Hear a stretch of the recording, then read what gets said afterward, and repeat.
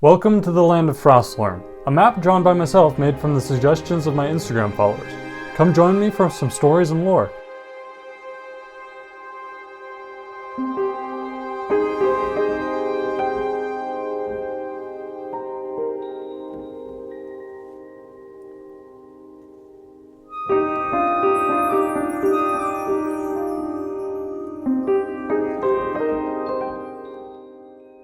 The Wizard of Gladivin's Tower has influenced the scene of Frostlorn greatly from his perch, so keep your eyes open for him.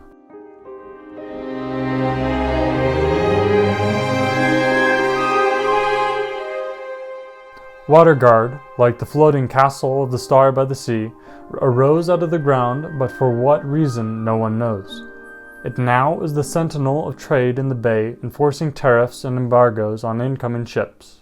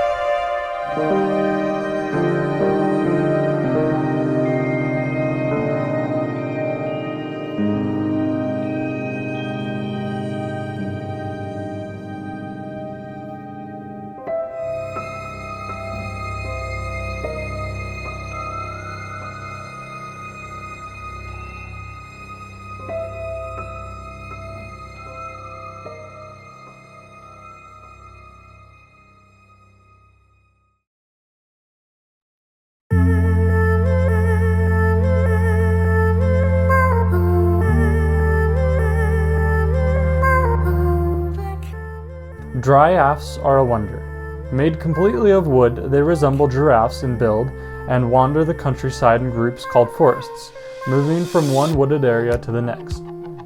There aren't many left today, so if you see a forest of dryaphs, you are truly lucky.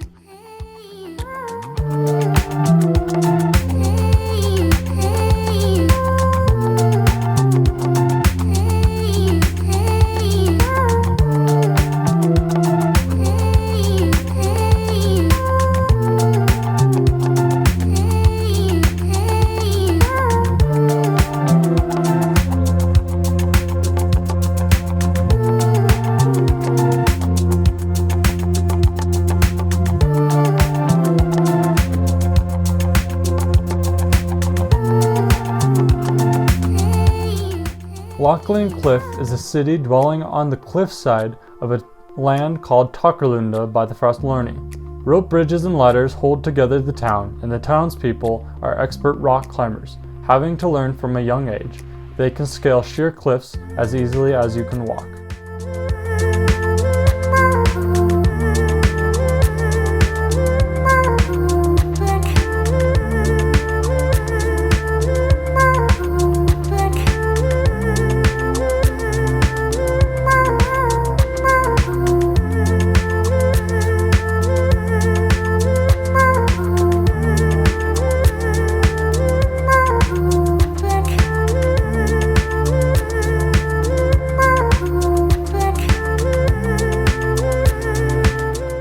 The town of Brachia is built on the back of a giant creature, the last of its kind.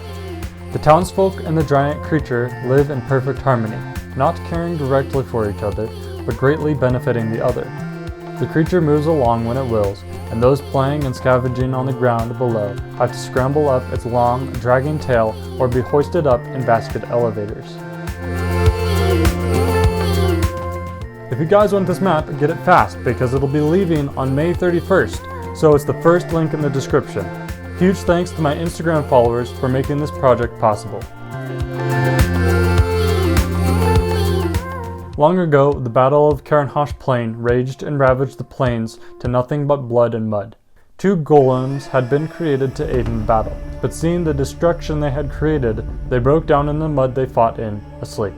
Gladwin the wizard wandered the Caranhash Plain 2 weeks after the terrible battle, and found the 2 stone warriors asleep in the dirt. They woke to his touch, and Gladwin swore to help them. The wizard and the warriors slaved during nights over very long years to build up the mountains around the area where the golems had fought, then slept again during the days. After 12 years, the mountains reached nearly unimaginable heights, and Gladwin departed from the golems, promising to watch over them in his high tower until the end of time, then disappeared into the thick forest. The golems gave themselves names, Tuso and Amelhai, and used their ancient powers to cleanse the battlefield. Colorful flowers soon sprouting in the skeletons of men and elves, bringing beauty to the once sorrowful plain. To this day, Tuso and Amelhai watch over and protect the flowery meadow, watching their gentle step as they continue to build the fortress of mountains to the sky, slowly and slowly. Gladwin has also kept his promise, protecting both his forest and the Valley of the Golems. The island of Shipland is something like you've never seen. Made up of nothing but ships, the community of sailors and traders have made an entire, ever-changing government to maintain peace and justice in the boats. While in Shipland, anyone is allowed to walk across your deck to another, but no one is allowed to enter below deck or into the quarters. Harsh fines and even banishment from Shipland are the punishment for disobeying any laws and are enforced by the force of volunteer peacekeepers.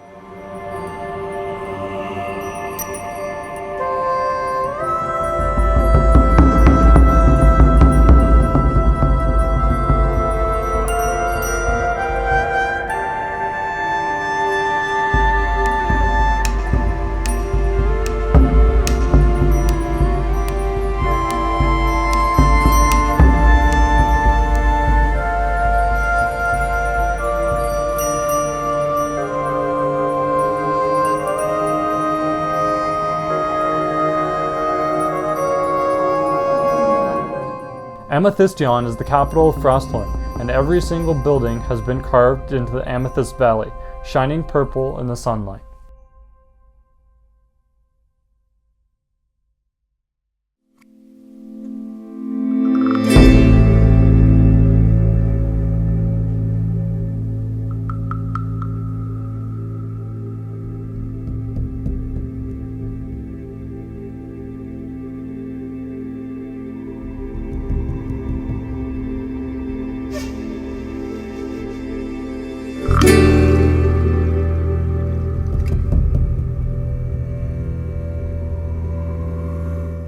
The 2 monoliths mark the extent of the Green Sea, a vast, harshly windy plain with a great rock tower in the middle.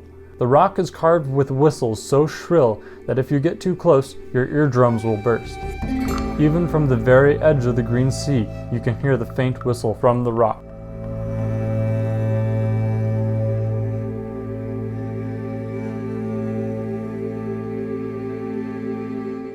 Sephiron was one of the last giants in Takurlunda, a tyrant who ruled the lands. Then one day, his skull was mysteriously found at the base of an erupting volcano. Some say they saw a divine being descend from the heavens and challenge Sephiron to single combat, slaying the giant, eliciting a mega earthquake as Sephiron's body collapsed in on itself and turned to black ash, leaving only his skull in the being's hands. The stranger chucked the skull far to the north before he disappeared back into the stars.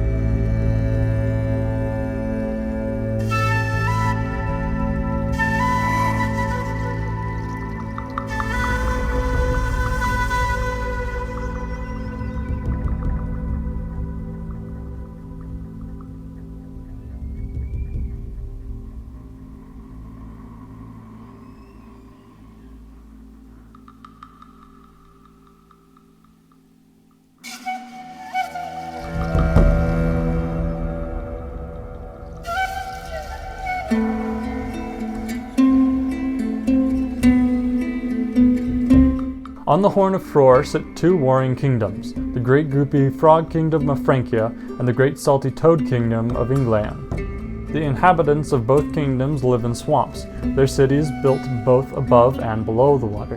The amphibious peoples tend to stick to themselves, but sometimes you might find a wayward frog trader wandering the streets of Amethystion.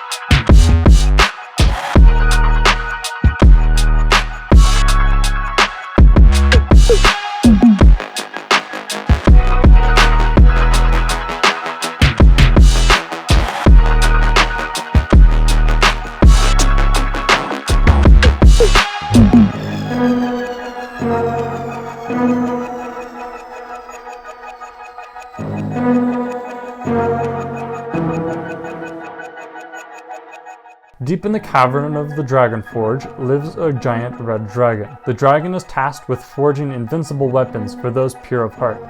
But before you go venturing into the cavern to get your blade, if the dragon finds you unworthy, your body will join the charred bones that line the cavern floor.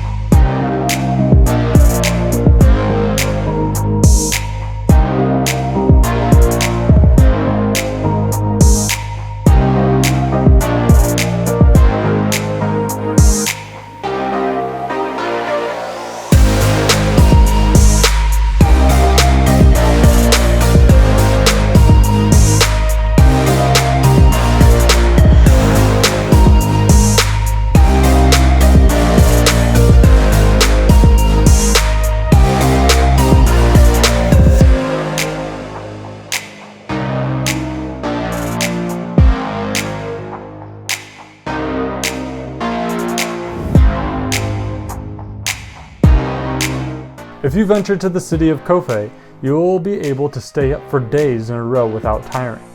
Something mysterious floats in the air that allows you to pull off this inhuman feat. But the effects eventually wear off.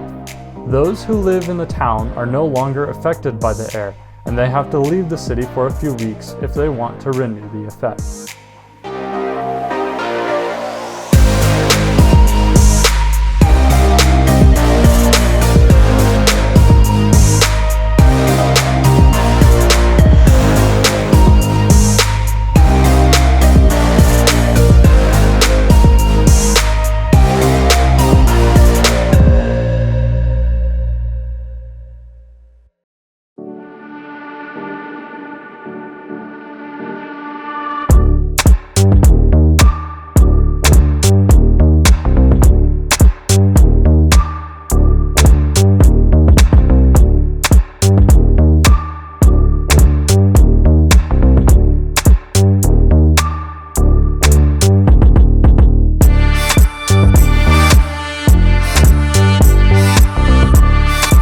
Thanks for watching. If you enjoyed, please leave a like and subscribe. See you next time.